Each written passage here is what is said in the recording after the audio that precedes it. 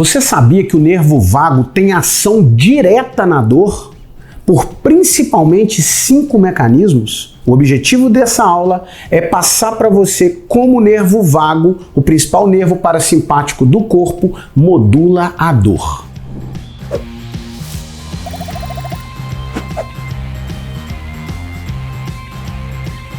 Eu sou Léo Sete, fisioterapeuta osteopata, e vou conduzi-los através da importância do vago na modulação da dor, principalmente da dor crônica. Você sabia que a cada 3 indivíduos do planeta Terra, 1 tem dor crônica? E a maioria desses indivíduos com dor crônica tem alterações do nervo vago. Esse canal foi criado para você levar conteúdo gratuito de altíssima qualidade para impactar sua vida pessoal e sua vida clínica. O nervo vago é o principal nervo parasimpático do corpo e ele age modulando o mecanismo de dor, desde o nível periférico até o nível central, e o objetivo é agora trazer esses mecanismos para você.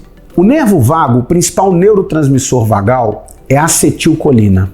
E ela age diretamente nas células periféricas, nas células inflamatórias, diminuindo a produção de substâncias pró-inflamatórias, como, por exemplo, interleucinas do grupo 1-beta, que é precursor da COX-2, diminuição na produção de prostaglandina, que é uma substância também pró-inflamatória, e age também no eixo hipotálamo, hipófise e adrenal, que vai ajudar a modular a resposta do sistema imune.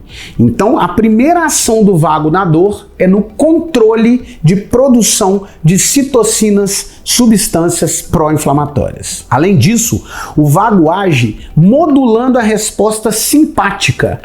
Uma ação vagal aumentada, eu tenho automaticamente uma inibição do sistema simpático. O simpático ele produz ele tem uma ação aumentada em dores crônicas. O vago ajuda a modular essa intensidade simpática aumentada.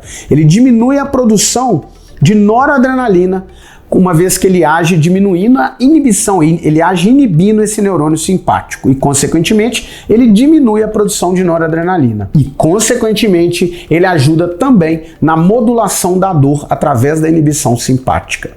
O terceiro mecanismo de ação é o seguinte: toda dor ela custa caro. Por quê? Porque eu tenho um aumento de excitação neuronal das áreas cerebrais, da neuromatriz ou do conectoma dinâmico da dor. Então, se eu tenho mais neurônios ativos, automaticamente eu tenho muito ATP sendo produzido. O ATP, voltando lá no ciclo de Krebs, né, na eficiência da produção de ATP, é o metabolismo aeróbico, produzido pela mitocôndria. Se eu tenho ali no ciclo de Krebs um aumento da produtibilidade, né, da produção de ATP, o produto final, se vocês forem ver lá, é ATP e H+. Então, se eu tenho um neurônio com atividade aumentada, que é presente na dor crônica, eu tenho um aumento de produção de ATP. Consequentemente, eu tenho um aumento de produção de H+, que além de tornar o ambiente ácido, eu tenho um aumento de produção de radicais livres.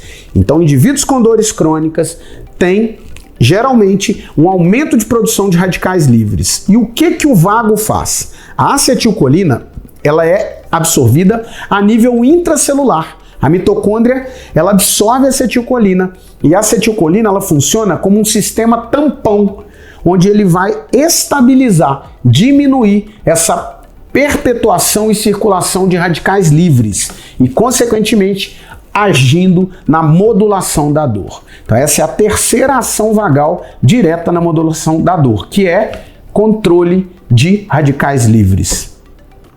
Estresse oxidativo, né, pela produção de ATP. O quarto mecanismo é que o vago age diretamente a produção, né, de acetilcolina, de neurotransmissor, na modulação do conectoma cerebral da dor. Ele age modulando as áreas cerebrais que produzem a percepção de dor, como, por exemplo, o córtex pré-frontal, o córtex insular, o giro do cíngulo e as regiões ali do tronco encefálico, substância cinzenta periaquedutal e outros núcleos do tronco encefálico que ajudam na modulação da percepção da dor. Então o vago age na neuromatriz, no conectoma dinâmico da dor, modulando essas redes neuronais da percepção de dor. Essa é a quarta ação direta do vago na dor. Além disso, o vago age aumentando lá a nível periférico, do neurônio periférico, no receptor neuronal, no receptor nociceptivo. O vago abre uma porta, né, um receptor chamado receptor opioide, e o vago age também, através da acetilcolina, nos receptores canabinoides.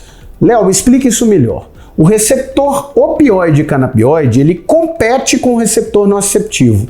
Quando eles abrem a nível lá do neurônio periférico, eles fecham a entrada nociceptiva. Então, com isso, passa a entrar estímulos não nociceptivos. Então, o vago ele age no aumento, né, no aumento da ação dos receptores canabinoides e opioides, que vão automaticamente inibir a dor por uma diminuição da entrada nociceptiva. A sexta ação do vago na condição da dor. Eu falei muito da neuromatriz da dor, né, no conectoma dinâmico da dor, mas o vago, a maioria das informações vagais, viscerais, elas vão chegar de forma direta num núcleo do tronco encefálico chamado de núcleo do trato solitário. Ali no núcleo do trato solitário, eu tenho um feixe neuronal que vai diretamente para uma região, para um núcleo do tronco encefálico chamada substância cinzenta periaquidutal e também medula rostral ventromedial. Esses dois núcleos do tronco encefálico, substância cinzenta periaquidutal e medula rostral ventromedial, são núcleos que fazem parte de um sistema chamado sistema modulatório descendente da dor. O que é isso, Léo? Neurônios desses núcleos descem por todo o nível medular e vai fazer sinapse no cono posterior da medula, inibindo ou excitando informações nociceptivas. Lembrando, gente, que para ter dor, essa informação tem que chegar até o cérebro.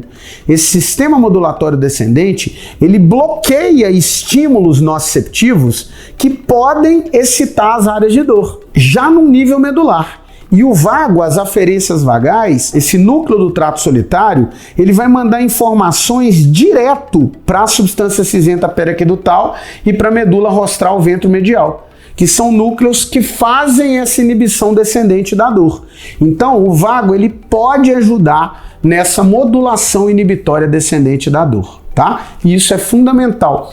Pensando que indivíduos com dores crônicas têm esse sistema inibitório descendente da dor, muitas vezes funcionando de uma forma inadequada, e o sistema excitatório descendente mais exacerbado. E o vago pode ajudar nessa modulação descendente da dor, tá? Através da ponte. Núcleo do trato solitário e esses núcleos do tronco encefálico.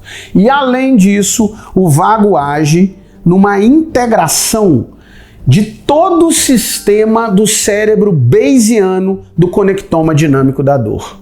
O vago vai agir, isso é chamado hoje essa teoria de integração neurovisceral. O vago ele age nas 8 etapas.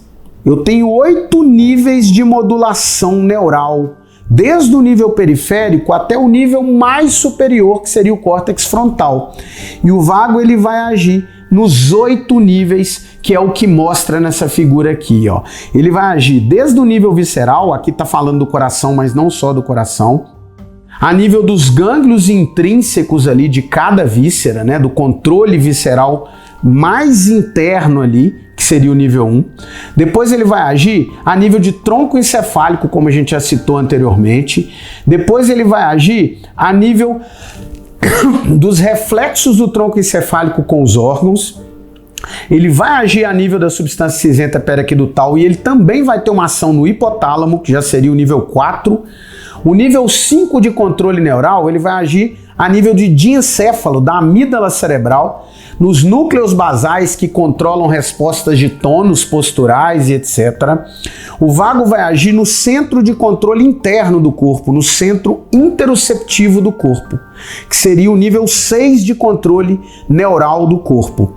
ele vai agir na rede de modo padrão, que é uma rede cerebral que modula o nosso estado interno e as nossas reações imediatas do nosso sistema nervoso. E o vago vai agir também, já no nível oitavo, no oitavo nível, no córtex frontal e também em áreas de processamento consciente, inclusive da percepção de dor. Então, nessa perspectiva de integração neurovisceral, o vago vai agir nos 8 níveis. Mas vai agir como, Léo? Modulando essa ação neural, ajustando essa ação para uma eficiência, para uma ação mais condizente de um sistema de estimulação e resposta. Então o vago ele age na modulação do conectoma dinâmico da dor de um cérebro preditivo bayesiano.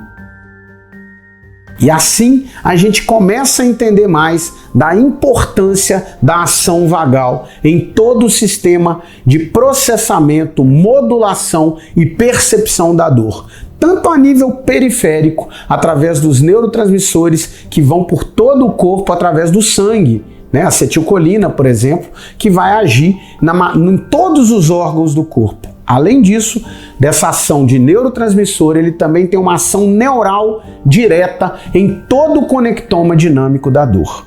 Então, se a gente pensa em dor crônica, a gente tem que pensar no nervo vago. É fundamental avaliar e entender todo esse funcionamento vagal. E eu tenho certeza que essa aula merece o seu like. Um grande abraço para você e até a próxima.